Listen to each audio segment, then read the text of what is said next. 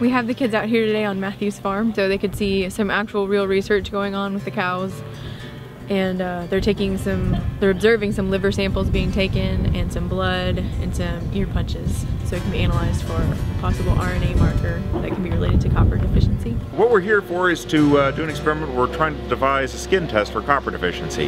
Copper deficiency is a disorder that affects about a third of the beef cattle in the United States. It's particularly a problem here in Montgomery County. And the problem is that right now the only way of diagnosing copper deficiency is with a liver biopsy.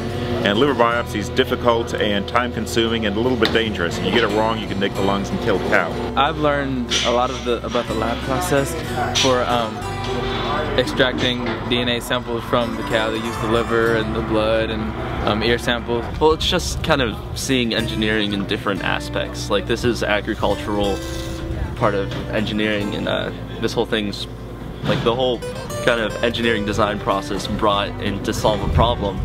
So it's just a different point of view on what you could be doing, and some people might really enjoy this and not have thought of this as a choice. It's important to get kids out seeing this and helping with it, because that way they can pick up some of the excitement about this and see that this isn't something, this is something they can do. I know a lot of us learn from hands-on stuff and learn doing things in from real-world aspects of what we're learning.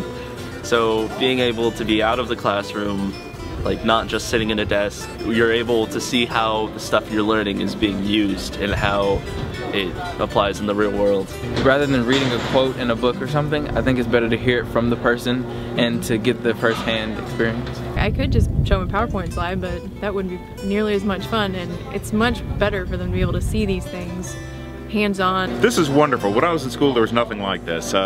We had no direct interaction with universities at all. I was thinking about a career in some sort of agricultural, more towards the plant science, but the animal science and the plant science of agriculture kind of go hand in hand. So I think it'll give me a good basis of knowledge.